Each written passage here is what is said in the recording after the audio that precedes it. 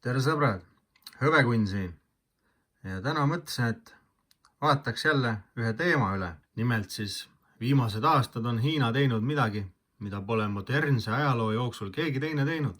Nimelt üritab Hiina oma raha siduda kullaga, nagu seda tegid riigid vanasti. Ehk siis Hiina tahab uuesti luua süsteemi, kuidas rahasüsteem töötaks. Ilmselt on see üks põnevaim lugu, mida sa sellel aastal kuuled.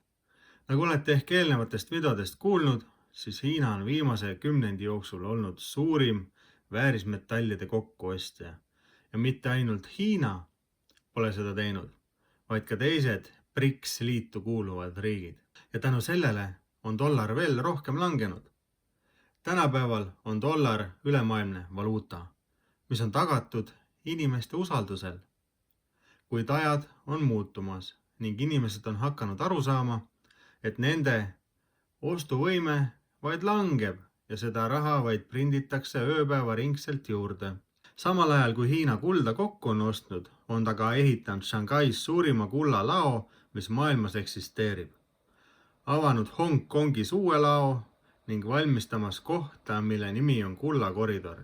Ja see võimaldab nendel riikidel, kes hoiavad juaani, vahetada juaanid iga kell kulla vastu.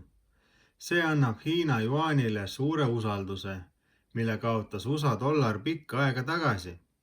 Kulda ei saa külmutada, juurde printida ja seda on võimalik vaid teatud kogus igal aastal maast välja võtta.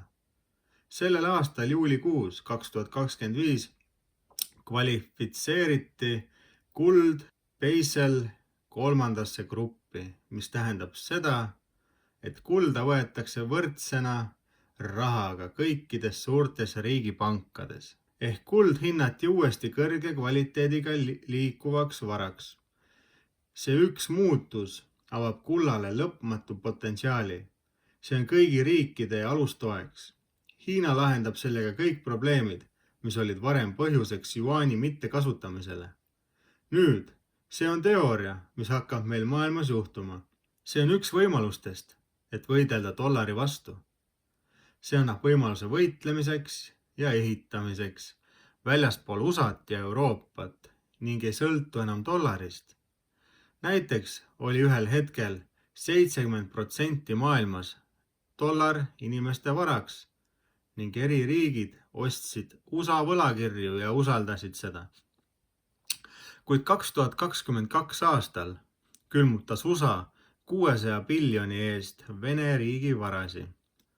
Vahet polegi, kuidas keegi tunneb ennast poliitiliselt, kuid mida see näitas ülejäänud maailmale, oli see, et kui sinu riik hoiab oma varasi dollarites, siis need ei olegi tegelikult sinu, sest neid saab ära võtta, külmutada ühe klõpsuga.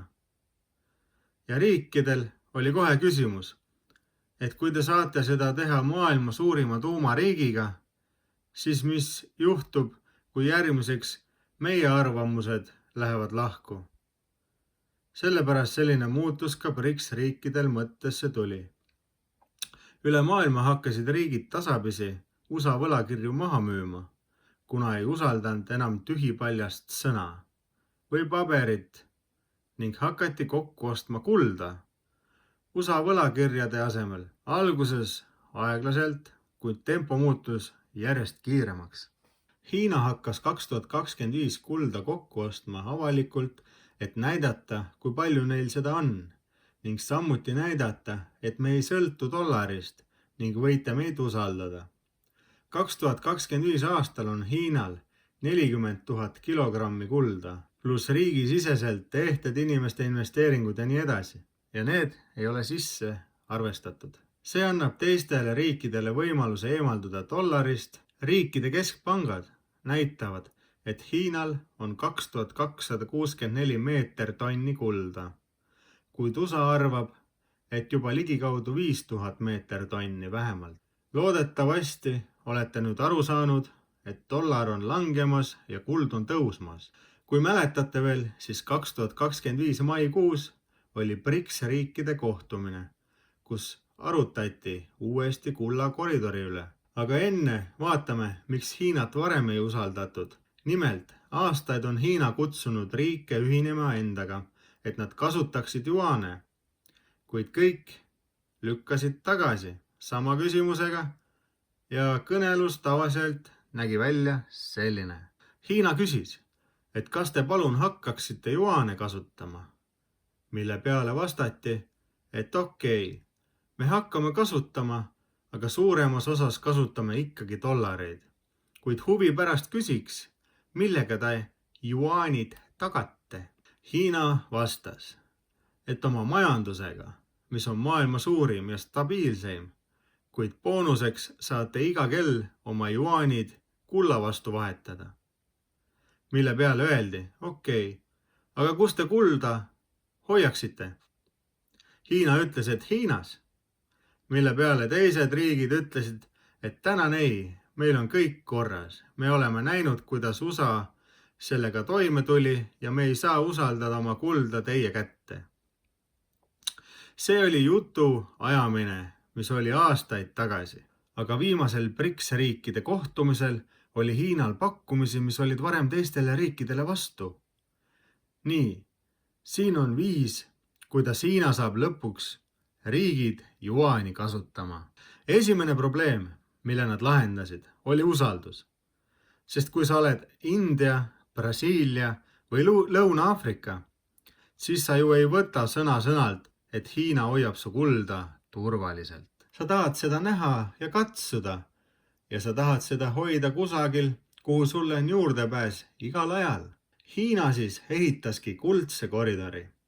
See on kett erinevate riikide kullaladude vahel ja iga keti osa on ühendatud Shanghai kullakoridoriga. See jälgib igat kangi, proovi, seerianumbrit ning kes seda omab. See kett on usalduse allikaks ja kõik laod on geograafiliselt laiali jagatud. Teine probleem, mille pidi Hiina lahendama, oli voolavus. Kuidas finantseerida, vahetada ja nii edasi. Ei saa olla selliseid langusi ja tõuse, mis kullaturul käivad. Näiteks täna hommikul vaatasin hinda ja see oli 3500 näiteks eurot ning õhtuks juba oli 3700 eurot. Hiina tuli välja plaaniga kasutada 200 päevast kullaturu keskmist hinda. Ja selle tõttu saavad riigid kõikuva turu asemel stabiilse keskmise kätte, millega siis tehinguid teha. Siin läheb asi huvitavaks ja näeme, mida on Hiina järgmiseks tegemas. See hirmutab USA't kõige rohkem. Hiina hakkab kasutama seda ketti või süsteemi, et ehitada üles teisi riike, kes vajavad rahastust. Mõelge näiteks Aafrikale. Paljud riigid ja paigad seal on väga kullarikkad, aga neil ei ole korralikku majandust. Selle süsteemi all saavad need riigid panna oma kullalattu, mis on ketiga ühenduses ning Hiina oma uusarenduspankades on valmis laenama juaane, et riigid saaks ehitada linnu, lennujaamu ning sõiduteid või mida iganes nad tahavad. Hiina lisaks sellele saab ehitada omale teid, mis ei ole läbi USA või Euroopa ning loob sellega täisringi oma ketti järjekordselt.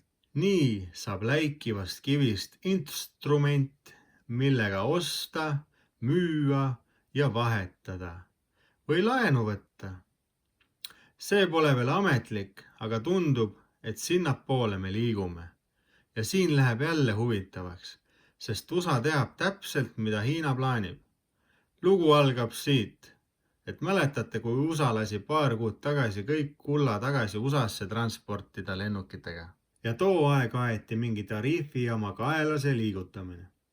Siis tegelikult läks USA mänguga kaasa ning teadis, et kellel on päriselt kuld enda käes, on võitja. Ametlikult hoiab USA kõige rohkem kulda enda käes.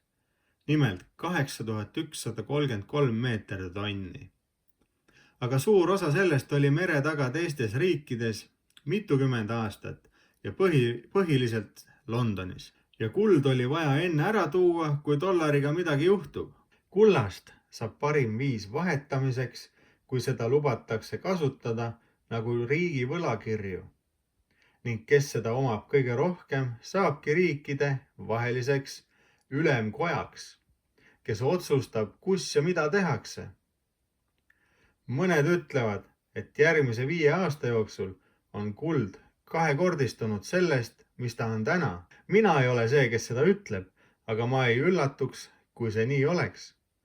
Esimest korda ajaloos hakkavad riigid võitlema selle üle, mis on raha. Nimelt Hiina ja BRICS riigid kasutavad kulda, mis on meil olnud aastatuhandeid ja inimesed on usaldanud seda. Teisalt võib USA teha sama pöörde, kuid räägitakse, et USA tagaks raha tehnoloogia või mõne stablecoiniga, mis võib olla ka Bitcoin näiteks. Ja esimest korda ajaloos võib juhtuda nii, et Hiina ja BRICS riigid kasutavad kulda ja USA ja West või Euroopa näiteks kasutavad mingisuguseid tokeneid või digiraha. Kui see juhtub, siis inimesed ja riigid saavad ise valida, kumma nad kasutusele võtavad ning hetkel mõlemad pooled võistlevad sellega, et mis tuleb peale dollarit. Ja kui see tuleb, siis võite näha uue raha hinna muutust väga kiiresti. Ning nagu ma eelmises videos mainisin, on meil maks 10 aastat, kui sedagi. Täna siis 30. oktoober 2025 aasta. 1 unts kulda on väärt 3400 eurot. 1 unts hõbedat on hetkel 41 eurot. Aga siin oli Hõbekunn, näeme järgmises videos. Nagu alati, pange subscribe ja like ja kommenteerige ja tšau!